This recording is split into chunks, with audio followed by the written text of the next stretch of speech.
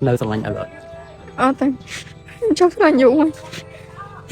để em khơi mai trong quần nào chị bằng nhung nó hào ấu đợt đại ngày ca bỏ quạt ấy nú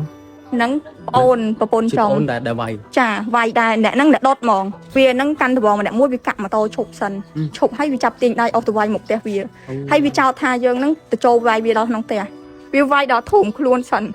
vay hai đỏ ngược đinh hối bạn chạ sang đây nắng này chật khang khơi nhai ta kẹt hiền chui để xa ta kê cùng rìa màu đài cái tha tà nè hiền chuối anh a coi ảnh đòn ngọc mình a coi mình thầm a coi cái đợt tè nắng chào tiệt chào nắng hay bằng nhung chê bỏ nắng khăn trong cái đợt về vẫn tại đăng hải tên mình cho bạn tạiពេលហ្នឹងពុកបងអូននៅណា គាត់នៅផ្ទះហើយគាត់ជួយឯងតាមហាត់មកពីគាត់យកពួកហ្នឹងមិនម៉ែខ្ញុំខំ ទឹកភ្នែកឈឺចាប់ដែរឪពុកបកើតរបស់ខ្លួនឯងពេលដែរគេលើកដៃមកដុតបាទគេនាំគ្នាមកពូជមកដុតម៉ែខ្លួនឯងបងប្អូនបាទហើយឪអត់ជួយបាទ ប្រហែលជាឪគាត់អ្នកញុះញង់ឲ្យទៅវាយទៀតហ្នឹងដោយសារឪគាត់លេងស្លាញ់ម៉ែខ្ញុំឈឺទាំងចិត្តធឺទាំងកាយទៀតពងបាទនិយាយខ្ញុំនិយាយចាញ់ហ្នឹងបាទជុំ បាទបាទសូមគ្រប់បងប្អូនដែលកំពុងតាមដានទស្សនានៅក្នុង Page ខ្មែរ TV បាទបងប្អូនបានឃើញហើយដែលខ្ញុំបានបង្ហោះថាមានករណីហិង្សាបាទប្រពន្ធចុងនាំគ្នា5នាក់បាទមានបងប្អូនមានទាំងកូនមកវាយប្រពន្ធដើមហើយចាក់សាំងដុតបាទឥឡូវនេះខ្ញុំបានមកដល់ហើយជួបជាមួយនឹងបងអូនស្រីដែលជាកូនរបស់ជនរងគ្រោះតតែម្ដងព្រោះឥឡូវនេះជនរងគ្រោះកំពុងតែសង្គ្រោះដោយសារតែធ្ងន់ធ្ងរខ្លាំងពេកហើយកំពុងតែនៅពេទ្យធំបាទជំរាបសួរអូនបាទជំរាបសួរពូ មួយនៅភូមិអីដែរ នៅភូមិធនមុនសង្កាត់បារាយក្រុងដូនកែវខេត្តតាកែវ បាទជុកមិញពេលហ្នឹងម៉ែខ្ញុំគាត់ទៅថ្លឹងជ្រៅធម្មតាគាត់ឃើញឪខ្ញុំគាត់នៅក្នុងផ្ទះប្រពន្ធចុងហ្នឹងតមកម៉ែខ្ញុំក៏ខឹងហើយក៏ជេរនិយាយឲ្យបានជេរធូរចិត្តតមកក៏ជិះម៉ូតូទៅវត្តទៅថ្លឹងជ្រៅបន្តទៀតស្លឹងរួចហើយសុំគេមកមុនតមកបានវាចាប់ផ្ដើមកាន់ប្រងកាន់អីហ្នឹងវាពិតយើងជេរឪពុករបស់យើងប្តីរបស់យើងទេណាចាជេរត្រូវឲ្យប្រពន្ធចុងគេត្រូវជេរអញ្ចឹងហើយដោយសារវាយកប្តីគេត្រឡប់មកវិញក៏ពួកវាហ្នឹងកាន់ប្រងរួចហើយអើយកាន់ប្រងម្នាក់មួយហើយវាហ្នឹងកាន់ប្រងម្នាក់មួយវាកាក់ម៉ូតូឈប់សិនឈប់ហើយវាចាប់ទាញដៃអស់ទៅវាយមកផ្ទះវាហើយវាចោទថាយើងហ្នឹងទៅចូលវាយវាដល់ក្នុងផ្ទះបាទវានិយាយប្រាប់លិះយុមិញ5នាក់នេះឈ្មោះអីខ្លះហើយជាអីខ្លះទៅដំបងទី1ហ្នឹងប្រពន្ធចុងហ្នឹងឈ្មោះនាងម៉េងហ្នឹងបាទនាងម៉េងតបមកបានប្អូនប្រពន្ធចុងហ្នឹងប្រពន្ធចុងហ្នឹងឈ្មោះនាងផារីហើយបន្ទាប់មកបានកូនប្រពន្ធចុងស្រីបាទឈ្មោះវីសៀវមីអាយុប៉ុន្មានអាយុប្រហែល20ស្រី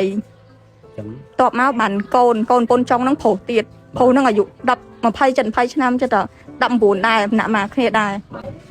តបមកបានកូនប្រុសរបស់ប្អូនប្រពន្ធចុងហ្នឹងចុះម្នាក់ដែលដឹកដៃថ្ងៃការរបស់គាត់អីនោះហ្នឹងប្អូនប្រពន្ធចុងប្អូនដែលវាយចាវាយដែរអ្នកហ្នឹងអ្នកដុតហ្មងអូអ្នកដុតឆាកដេកកេះហ្នឹងហ្មងអ្នកណាអ្នកយកសាំងមកចាក់កូនប្អូនប្រពន្ធចុងហ្នឹងប្រុសចាដុតហ្មងពូវាវាយគ្នាឡើងអស់ចិត្តម្នាក់ម្ដងហើយវាចាប់ផ្ដើមយកចាក់សាំងម្ដងចាក់សាំងវាវាយដល់ធូមខ្លួនសិនវាយឲ្យដល់ងើបដេញរួចបានចាក់សាំងពេលហ្នឹងអ្នកចិត្តខាងឃើញហើយតែគេអត់ហ៊ានជួយដោយសារតែ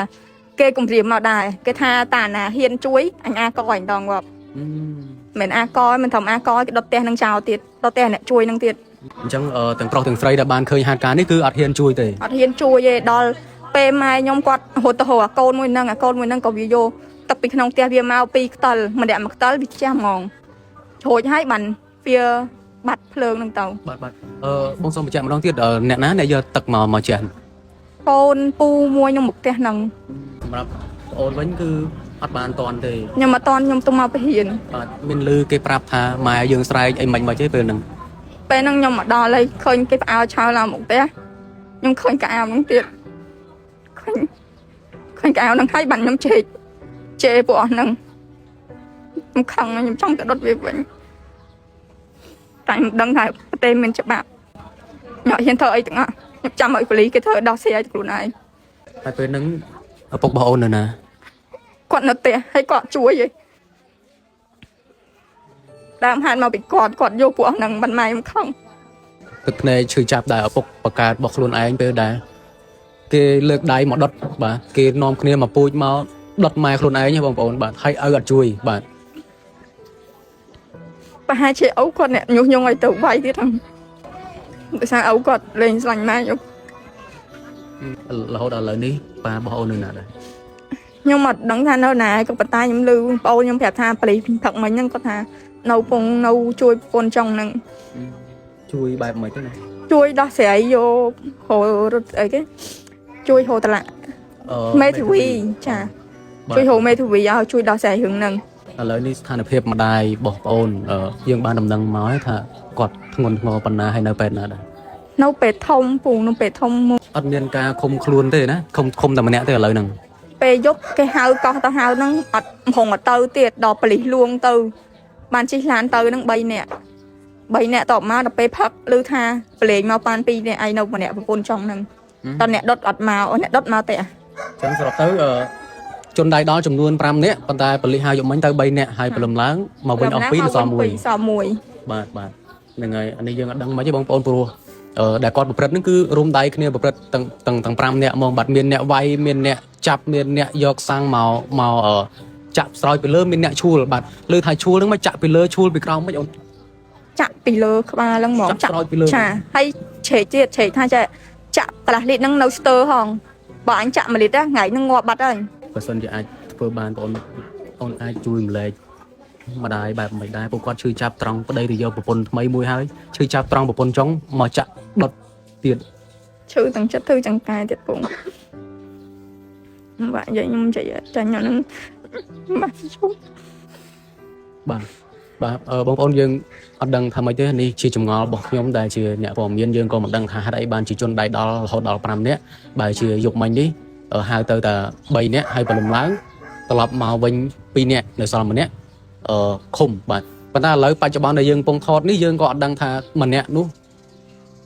គាត់នៅបន្តឃុំបន្តឬក៏មិនទៀតយើងអត់ដឹងទេបាទហ្នឹងហើយកន្លែងនេះសូមឲ្យបងប្អូនអ្នកច្បាប់ឬក៏ខាងអាជ្ញាធរនៅខាង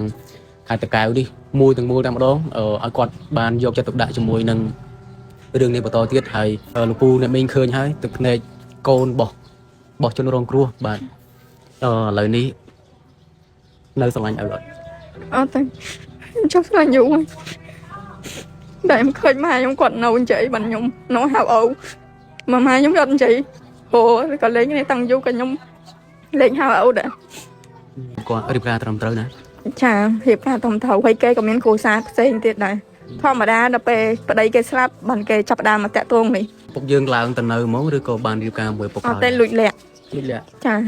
អូរហូតដល់ឥឡូវហ្នឹងមិនមែនពេញច្បាប់ទេ អត់ទេនៅលួចនៅឆាតរបស់គ្នា អូអញ្ចឹងឪពុករបស់ប្អូននៅគេងនេះមែនឬក៏គេងនៅណា នៅម៉ែអានេះហ្នឹងនៅម៉ែអានេះ បាទបងប្អូនយើងខ្ញុំឃើញរូបភាពយើងអត់ទាន់បានសួរគាត់លំអិតកន្លែងហ្នឹងទេខ្ញុំគិតថាប្រហែលជាប្តីឪពុករបស់ប្អូនទៅរៀបការមួយប្រពន្ធថ្មីនឹងហើយបាទហើយទៅនៅនោះហើយតាមពិតមិនមែនទេគឺ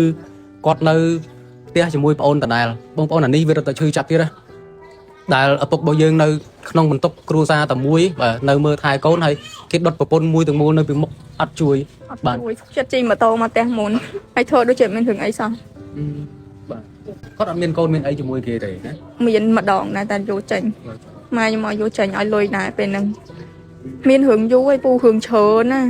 ហើយក៏ថ្ងៃមុនហ្នឹងក៏ធ្លាប់វាយគ្នាមកផ្ទះហ្នឹងដែរក៏តែធំវាយប្តឹងគេអត់បានសារនេះមិនតែធំវាយហើយឯងធំដុតមនុស្សទាំងហួរទៀត គឺមានអំណាចអីឬក៏គេជាអ្នកមានអី ខ្ញុំមិនដឹងថាគេមានរឿងអត់ដឹងថាគេមានសមានអីមិនគេហ៊ានដល់ថ្នាក់ហ្នឹង អូនមានអីសំណពរទៅដល់អាជ្ញាធរ ខ្ញុំស្នើពរចង់ឲ្យអាជ្ញាធរជួយដល់ស្រាយរឿងហ្នឹងឲ្យសូមឲ្យចាប់ពួកហ្នឹងដាក់គុកតាមច្បាប់ទៅដោយសារនេះមិនតវាយពួកនេះដុតទៀតហើយមនុស្សនៅហួរមនុស្សធ្វើការធម្មតាសោះហ្នឹងពួកវាជ្រួចសាំងដុតដូចមនុស្សងាប់ចឹង បាទ